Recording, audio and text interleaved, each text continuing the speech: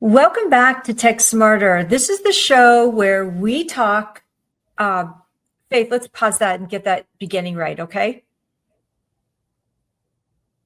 Sorry, we had the, yeah, thank you. Let's do this again.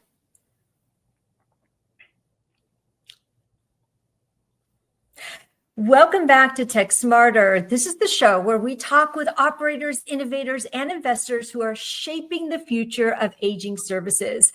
Before we dive into today's playbook, I want to give a huge thank you to our incredible sponsor, Leading Age Arizona. They're the dedicated voice for nonprofit aging services in the state, and they're fighting to ensure quality care and aging services for everyone. Thank you, Leading Age Arizona, for helping us bring this essential conversation to life. Now, Tech Smarter is a production of the Smarter service. And if you are a senior living operator struggling to provide consistent tech support for your residents, reach out to us. We are here to help you, and that's exactly where we come in. Now, if you're ready to offload that tech burden and finally deliver the promise of AgeTech, just DM me and I'll send you all the details you need. All right, let's get back to the episode. My guest today is Kian. He is the founder and CEO of Independa, and he has a powerful message that challenges the entire industry. It's really the difference between just using tech for sick care versus building a system centered on wellness and the consumer. Welcome back, Kian. I am thrilled to have you here. It's great to be with you, Abby. It's a pleasure. Thank you. For those of us who are not familiar and might be joining us for the first time, could you please tell us about yourself, how you got into this industry, and what Independa does? You bet. It's been a while now, been a minute. April of next year will be 17 years. Independa was founded in 2009 to really answer the question of how come the brand for technology for older adults is still, I've fallen and I can't get up. And there's a huge opportunity. And I engaged a design firm, ideo.com. It's probably the best design company in the country, maybe even the world, to answer that question. And they came back with two major answers and what was missing. And that became really the foundation of Independa, down to the wireframes that we designed together. One was, we really aren't engaging older adults in a holistic way. So there's a lot of silos of technology and billable codes and medical versus health and so forth. And then the second one is the simplicity of it all. So how do you make it so there's a term I'm sure many of our listeners have heard, designing with instead of for. So how do you make it so everything is familiar and comfortable and simple to use?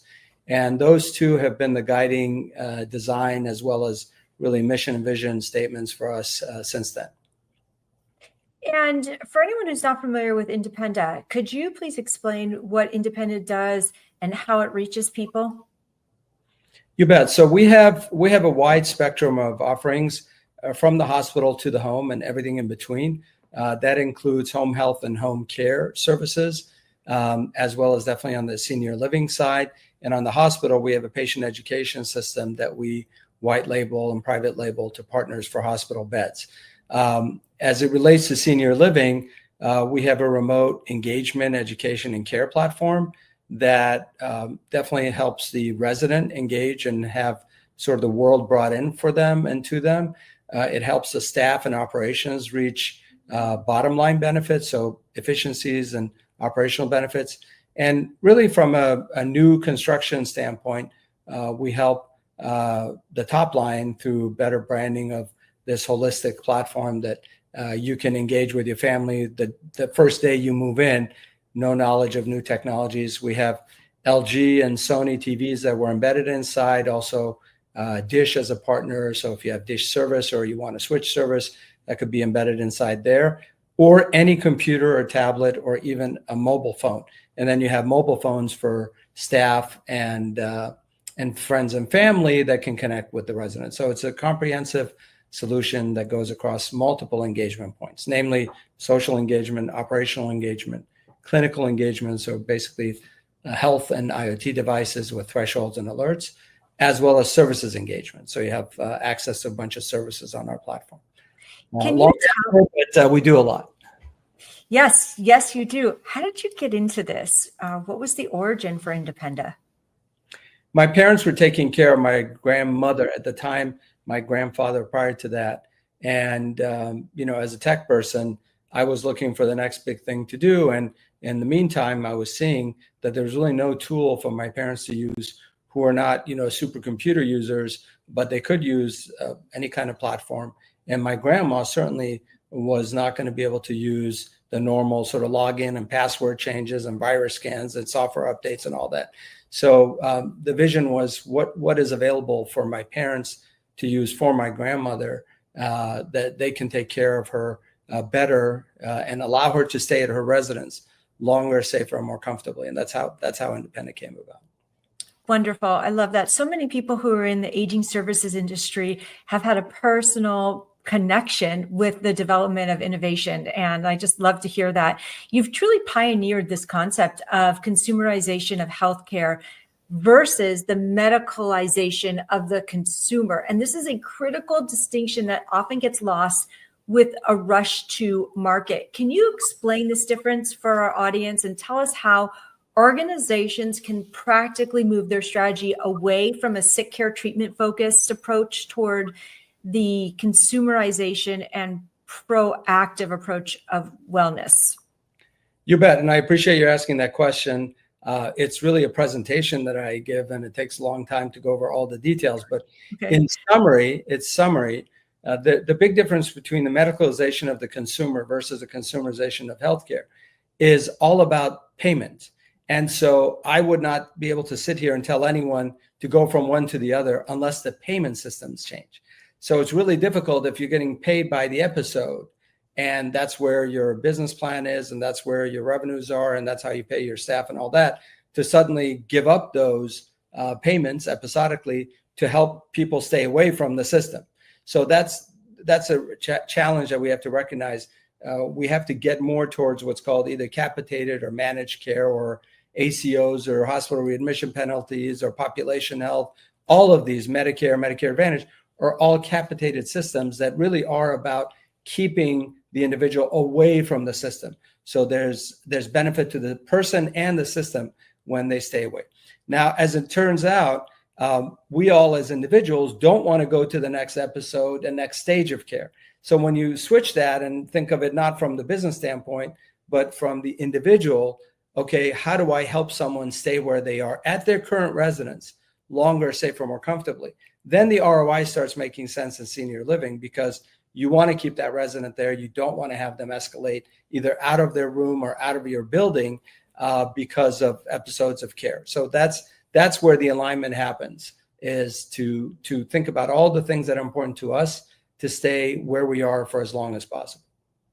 If you look at this in terms of the service that we provided, the Smarter service, it's kind of similar in that we want a resident to be able to receive tech support in their home, in their community, as opposed to sending them out to receive it elsewhere. So it's part of a service that's taking place within the community.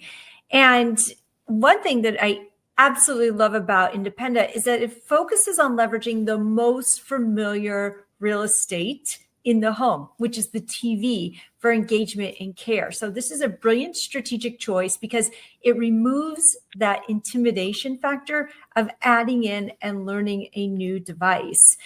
When you look at successful tech rollouts, what's the single biggest lesson that you've learned about designing a tech interface that truly promotes confidence and adoption among older adults? Yeah, I think it's important to go over that detail. Like anything else, if we think about it in terms of people, process, and technology, your question is really focused on the technology, which is where we come in. And, the simplification of installation, implementation, usage, familiarity, all of that. Not having to buy any new devices is a huge deal. Not having to learn anything new is a huge deal. Really holistically thinking about all the constituents and having benefits for each one, namely sort of the informal circle of care outside of the residents, the resident themselves, of course, at the center of it, and then the staff and operations to allow for everyone to do more with less, which is what is needed in any kind of solution. So all that is on the tech side. But then we get into process and we get into people. And we all know the people challenges we have in our industry. So when you have a churn rate of 100% in an industry, which is unheard of to me, I've never seen an industry have a churn of 100%. Then it becomes really challenging to say, we're going to train even as little as possible, the staff to then be able to leverage a platform. That's where you guys come in, where we can outsource that and say, you know what, your staff can do exactly what they're doing. They just get the benefit. And so that's, I think, a key point is how do we have staff really not have to do hardly anything if you can outsource the people portion of it as well. So that's key.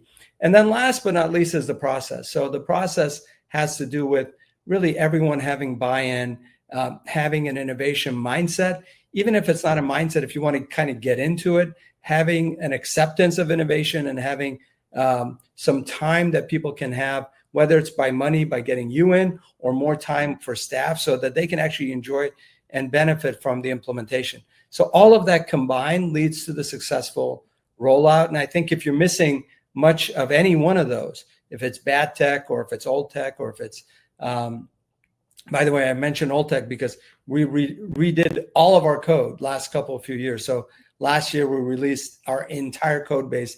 Every single line is brand new with the latest technologies, having learned everything that we had through the years. But it's important to also keep that in mind over time.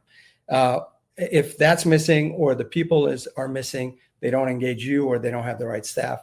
And then finally, if the process doesn't accommodate, I think that's a challenge. Yes, it's a huge challenge, especially if you look at it in basics. The problem of having multiple remotes for a TV, for instance, it's something that most people may not be concerned with, but for an older adult, it just adds a huge element of confusion into it.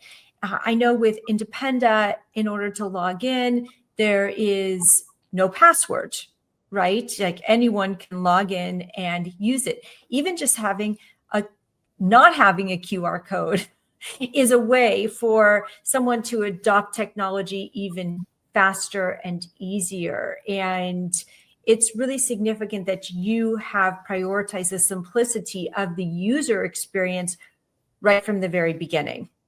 Yeah, simplicity is extremely tough to do. As Steve Jobs put it, it's expensive, it's time consuming, there's no finish line, and you really have to dedicate mind share internally, treasure internally to be able to constantly find things that you can improve. Yeah, that's absolutely a great point. And again, the simplicity of not having to buy something new or learn something, that's huge. Let's move into another facet of an older adult, and that is social isolation. It's arguably one of the greatest health challenges facing older adults today, and technology holds immense power and responsibility in addressing it. From your perspective, what are the most powerful and ethical ways technology can be used to foster a genuine social connection and combat loneliness? Yeah, that's a key question, and it's a core benefit, I think, for any kind of resident engagement solution. In a senior living environment, it's a little bit more nuanced because part of the promise of an operator and part of the promise of that environment is social engagement is actually with real people. And you go out and you have friends and you dine with folks and you have trips and you have activities that you participate in, and that's all fantastic. So part of the social engagement of the right platform is to make that calendar, the community calendar, readily available so you can actually do a search on it. You can add things to your own calendar based on that. You can get reminded if you're not in front of your TV or logged into your tablet or computer or phone. You get a text, et cetera. So all that is, engaging you with the activities that are happening around you and making those more accessible and easier to connect with. When you get to the general consumer in their home, social engagement could really mean the difference between bringing the world in or not having the world in at all. Sadly, there's so many folks that don't have human contact hardly at all. And so what if we can make it easier for them to have engagement with the world in ways that are simple and easy and cost effective, and then people can tie in, either friends and family, or if they're even shy on that, exercises, video content, educational videos, your videos, all that just brings the world in. So I think all of that, there's something called the SDOH, social determinants of health. It's clinically proven that if we have isolation, leads to loneliness, that leads to self-neglect, potentially depression, medication neglect, and then recidivism into the system again, and lots of costs and anguish. So these are all clinically proven to be extremely both challenging if you have it, and also really valuable if you can put a dent in that issue. Yeah, we are actively engaged in helping older adults use technology for connection, to stay connected to family and friends. We found over and over that when there's a will, there's a way. And someone older can definitely learn to use technology when they know it's going to connect them to the things they love the most. Another area that I want to talk about is AI. We hear AI this, AI that, but in a practical senior living context, the application of AI has to be grounded in real world benefits, not hype, as well as in data. So in your opinion, where is AI currently making the most meaningful difference in senior living operations or resident wellness? I can tell you a little bit about how we approach AI and then also generalize it. On our side, we use AI for really everything at this point, including having an AI companion. So it was a great question after the social engagement. So even if the daughter or son is too busy during work hours to call, you can chat with your AI companion. And we do that securely, so your information stays as yours, et cetera. And so we have some guardrails in it. Additionally, you can have AI really ask you questions. So while you're engaged, there could be health-related questions that are asked. So you start tracking that data. You could do it certainly through surveys in our platform, as well as pop-up surveys as well.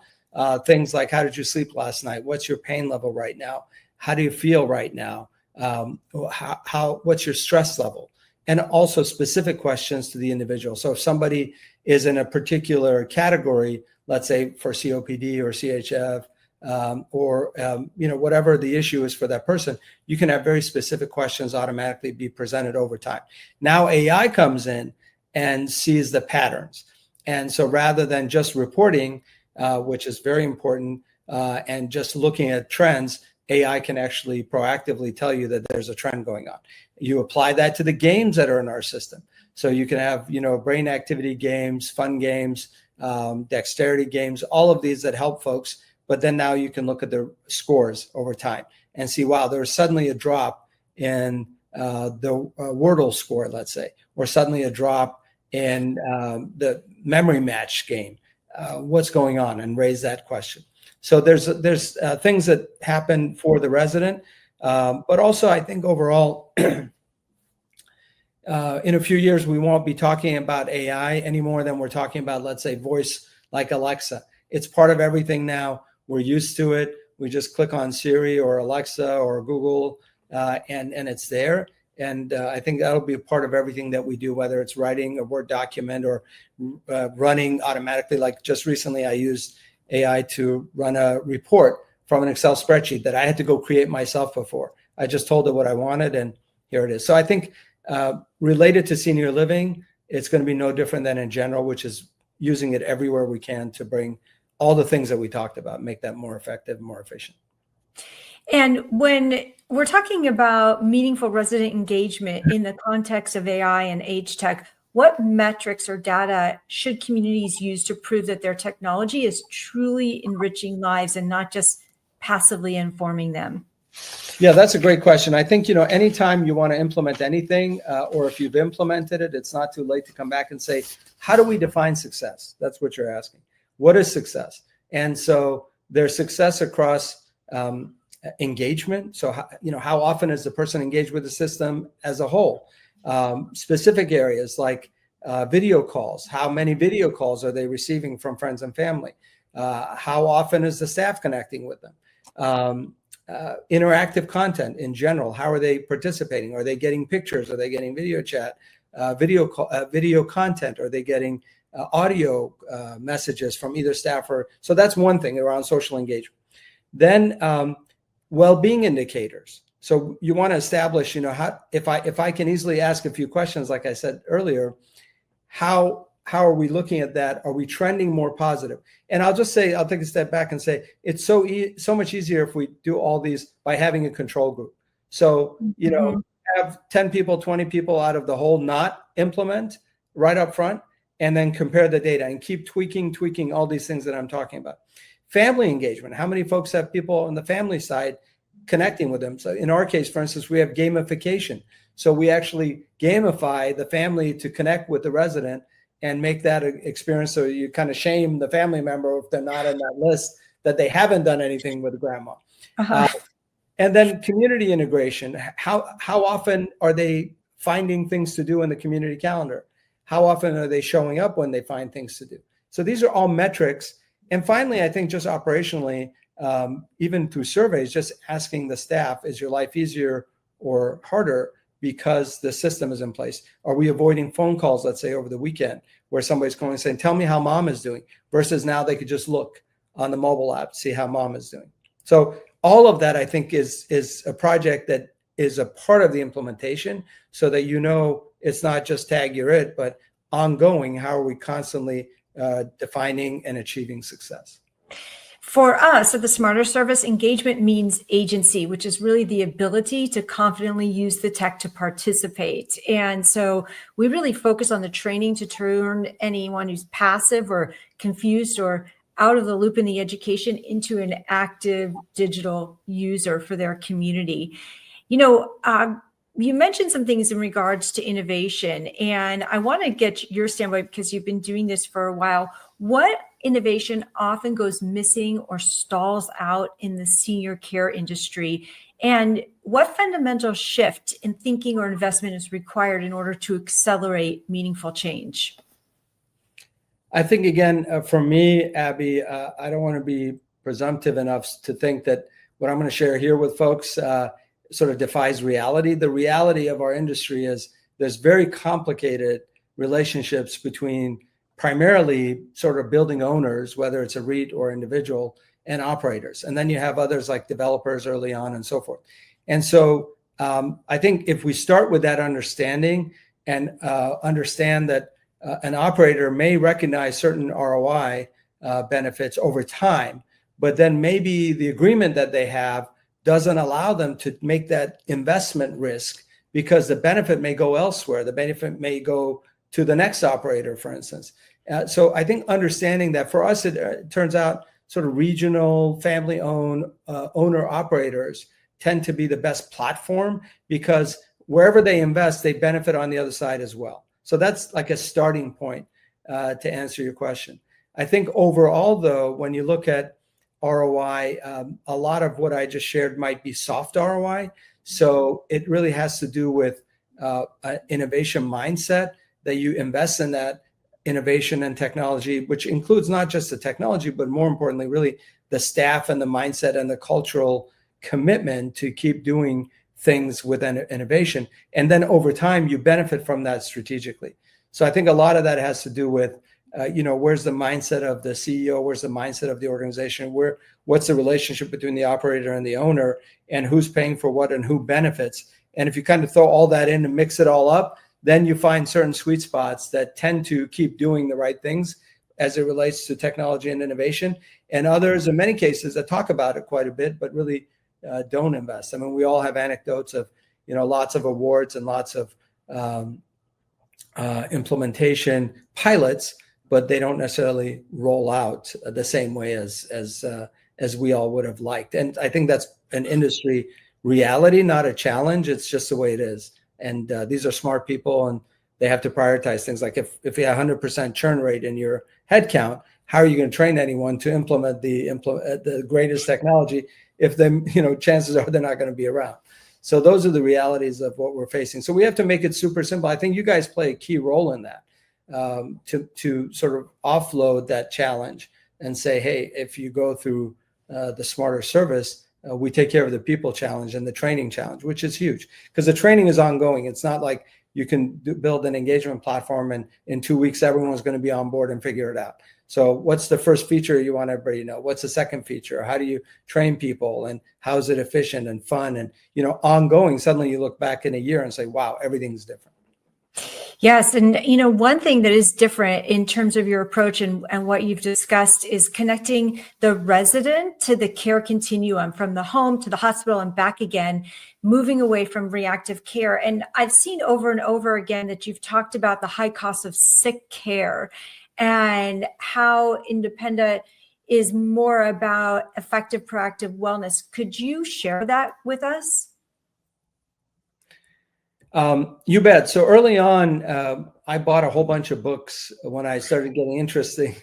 Back then, just to mention the age here, I actually went to, I think it was a B. Dalton, so there was like a brick and mortar. Maybe even that was a Barnes and Noble, I think. Anyway, I bought like 20 books and looked at, where there were opportunities and challenges in healthcare. And probably the most influential one was this guy, Christensen. Many people might know him, Innovator's Dilemma. It was Innovator's Prescription. And he really talked about how broken our sick care system is. And he proved it and showed it to me compellingly that to be successful, you really want to go at the edge, the outside edge of sick care and provide services that are dependent on sort of private pay and real ROI and be able to not depend on necessarily billable Medicare dollars and so forth. So that was like a seminal moment for me and for Independa.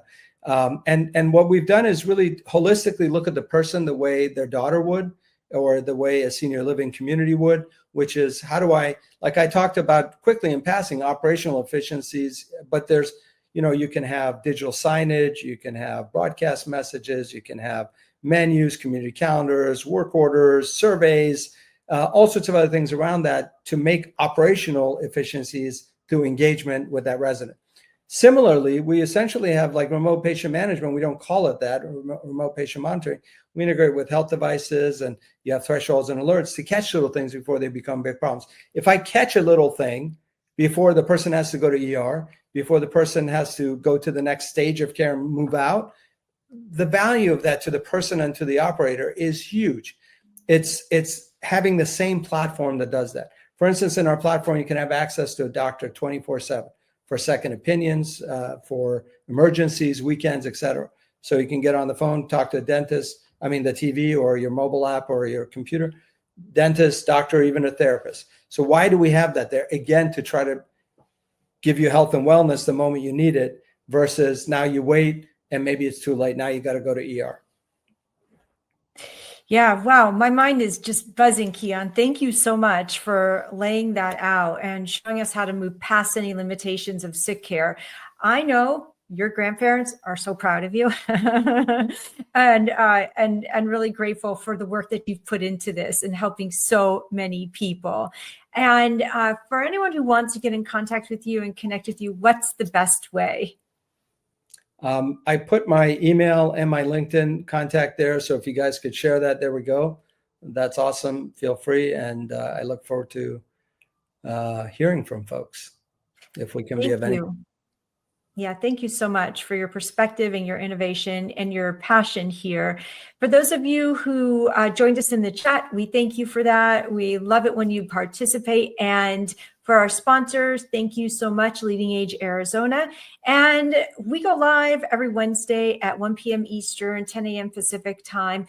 And continue to join us. Bring your questions. Go make your tech easy. Automate your business and stop overcomplicating it. We'll see you back here next week. Thank you. Take care. Bye-bye.